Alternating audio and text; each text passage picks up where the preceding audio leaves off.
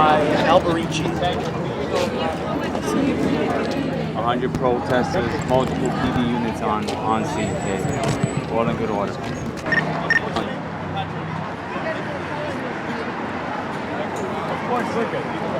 Today's rally is framed around a theme. I got a set of plaques from a friend a couple of years ago. The plaques in ascending order are gratitude, wisdom, grace, and peace. It's like Monopoly. You don't get to pass go until you go through the steps and attain peace. And peace is what this is all about. So we are looking for peace. We are looking for peace of mind. Having a gas pipeline beneath us does not give us peace of mind. So almost exactly 3 years ago, purely by accident, I ended up at a community board meeting. And it turned out to be Spectra's dog and pony show about how they were going to build the safest pipeline ever built. Since then, there's been thousands of comment letters and petitions, hundreds of newsletters and news articles, dozens of rallies, marches and hearings, 8 arrests, a singing telegram to FERC. We know FERC is a rubber stamp machine, a rubber stamp machine, a rubber stamp machine. We all know FERC is a rubber stamp machine, a rubber stamp machine, a rubber stamp machine. And one naked green ballet.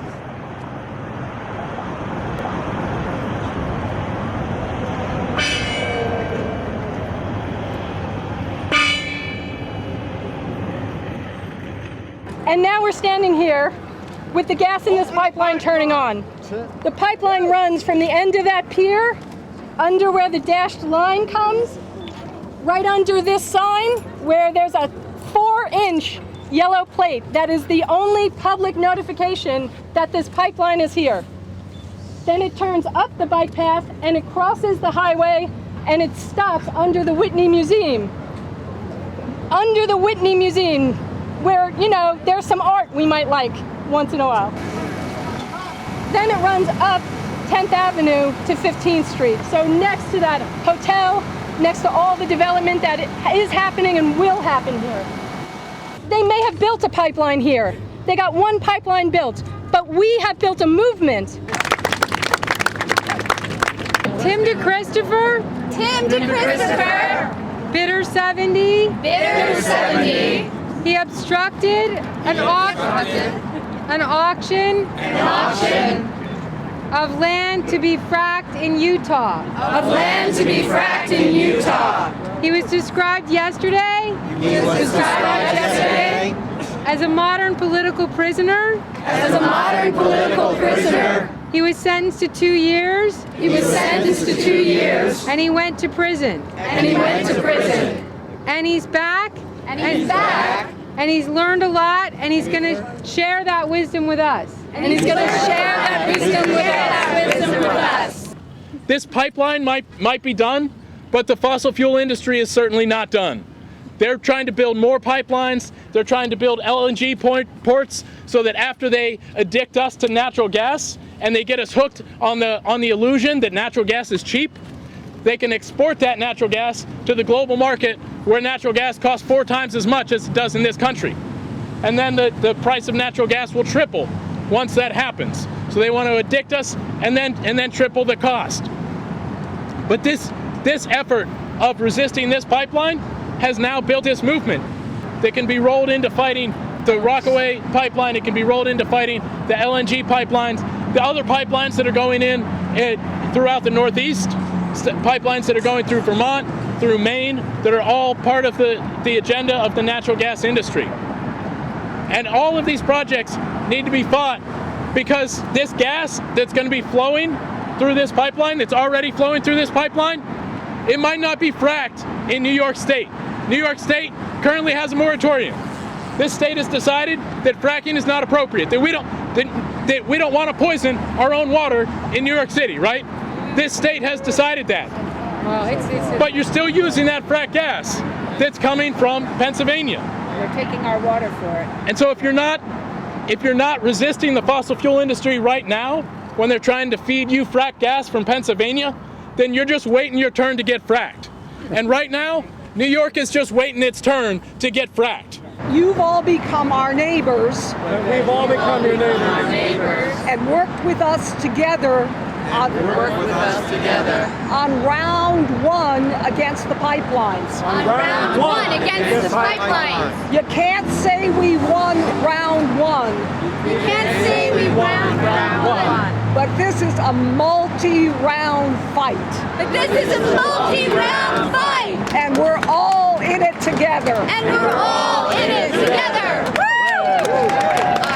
We want safe homes in our backyard. We want safe homes in our backyard. We want clean water in our backyards. We want clean water in our backyard. We don't want radioactivity coming into our stoves in our backyard. We don't want radioactivity coming into our stoves in our backyard. We want to have a clean environment. We want to have a clean environment. The decision to commit civil disobedience comes when you know with every fiber in your body that something is terribly wrong, potentially catastrophic, and yet public officials and those in power who are supposed to be taking care of our safety do nothing to stop these terrible things from happening. Okay, we're all here. Because we know fracking is insane. And as fracking infrastructure is put in place, fracking in New York State will become more and more inevitable. And now here it is, the gas is coming in. People might ask, what have you accomplished? Why would you do this? Why would you get arrested? Why would you get arrested? And I would say because I am more scared of our waters becoming contaminated, our air becoming contaminated, and the consequences of that than spending a few days in jail. Now, I've been asked to talk about why I did a CD. We only did the CD after we participated in the public comment period. We only did the CD after the legal process was hitting a stone wall. We only did the CD when the Hudson Park River Trust granted an easement for this pipeline. When the law was dishonest, we put our bodies on the line. Right? There's a great singer who once said, to live outside the law, you must be honest. And there's something to be said when the law's not on your side. You stand up to that law and you break it. You break it in the name of justice. You break it in the name of clean air and clean water. Right? Now, a speaker was talking about not in our backyards. But we know, because of climate change, there is no fence. There is no border that's going to contain the extreme weather caused by fossil fuels, caused by pipelines like this. This pipeline is an umbilical cord connecting us to Pennsylvania, where communities have been devastated by fracking.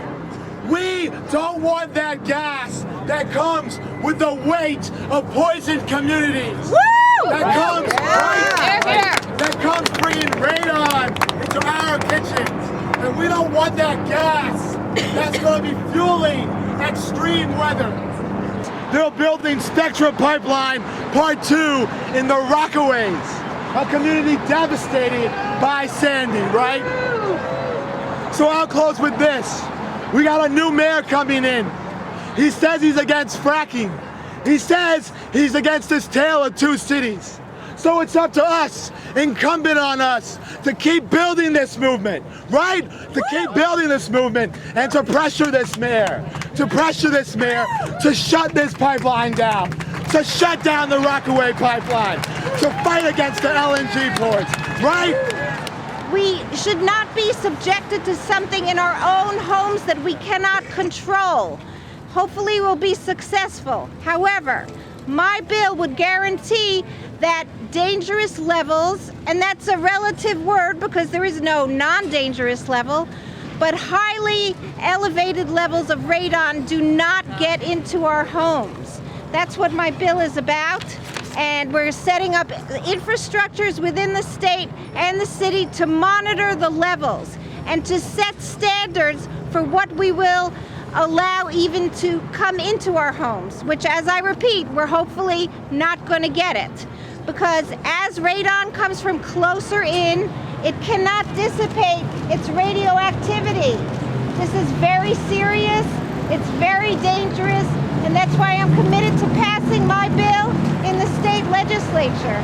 You know, I never heard of anybody getting lung cancer from solar panels. Have you? No. Not from wind power. No. Not from alternative energy. What is wrong with having alternative energy? Why do we have to keep having pipelines, etc., that we have to marshal our forces to protest? Why don't we do something good and positive for a change? So that's what we're going on to get renewables, get rid of pipelines, not allow radon into our homes. Dangerous, we don't need it, we're going to fight against it. Whether you think you don't care about farm country, maybe you don't think it's going to hurt our water, maybe you don't think the pipeline is going to explode, but it is 100% certain that it is going to be delivering radioactive gas into your kitchen and every kitchen you go to visit. I want to say thank you to Assemblymember Gottfried and Rosenthal and all of you, because it's a small, strong movement that makes a difference. We're small in numbers, but not in the cause. And in the City Council, we are going to have a resolution in support of the Assembly bill because we cannot do it locally, is my understanding. So working with Sane and all of you, we will try to say, because when you pass a resolution in the City Council, it says 8.4 million people agree, and we need monitoring and standards for the radon, even though that sounds like it's too good, because the fact of the matter is there is so little education on this issue, and so all of us need to go out and educate every neighbor, every friend, and everyone we know. So I want to thank you for educating me, and I want to say that I will continue to educate all of my neighbors and constituents, and I look forward to fighting with you. Thank you very much.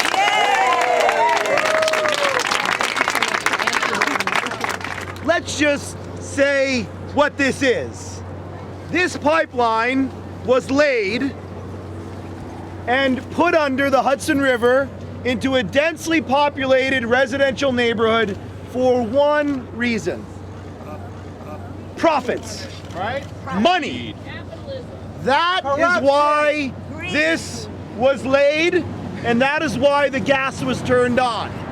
The only reason why hydrofracking, I believe, has not been approved or let happen in New York State are because of activists. Yes. That is the only reason. 3 years ago it would have been done, but we are very lucky that we have committed, dedicated activists from the Southern Tier to the Hudson Valley to New York City, and we also have progressive elected officials like Linda Rosenthal and Dick Gottfried and Gail Brewer and other folks that have stood up time and again and said, enough is enough. Let's think sensibly about this and let's protect the residents of New York City. So I am here today to stand with you in solidarity. The West Side, all along the West Side, has always been a hotbed of progressive, peaceful activism. And we're doing that today. We are going to take part in civil disobedience to say this was wrong, and we don't want this to happen anywhere else because, as other speakers said, this was round 1, but this is an 18-round fight, and we're getting back up off the mat, and we're letting New Yorkers know, do not let this come to your neighborhood, your borough, your water supply, your part of the grid. So I am honored to be with so many great activists who have been doing this for so long, who have educated me and taught me, and I want to give a special shout out for, it's a bad pun, the coal in our fire, Claire Donahue. And I mean that in a good way because she won't go away. She, she has an indistinguishable spirit of saying we're going to keep fighting, and she has brought all of us together and has kept fighting on a week-to-week, month-to-month, multi-year basis. So let's get ready to demonstrate peacefully, and those with armbands, we're going to get arrested.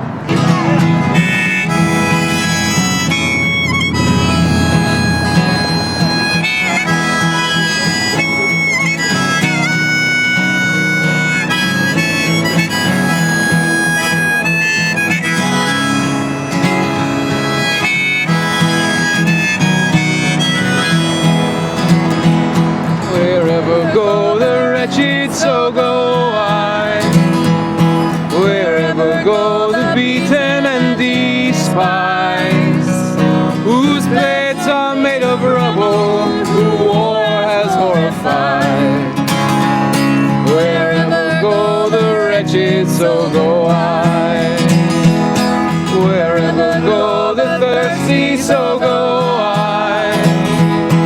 Wherever go the parched, unsatisfied, whose oases are barren, whose springs have all run dry. Wherever go the thirsty, so go I. Wherever go the stricken, so go I. Whether in the flesh or in the mind, where illness is the order and death is all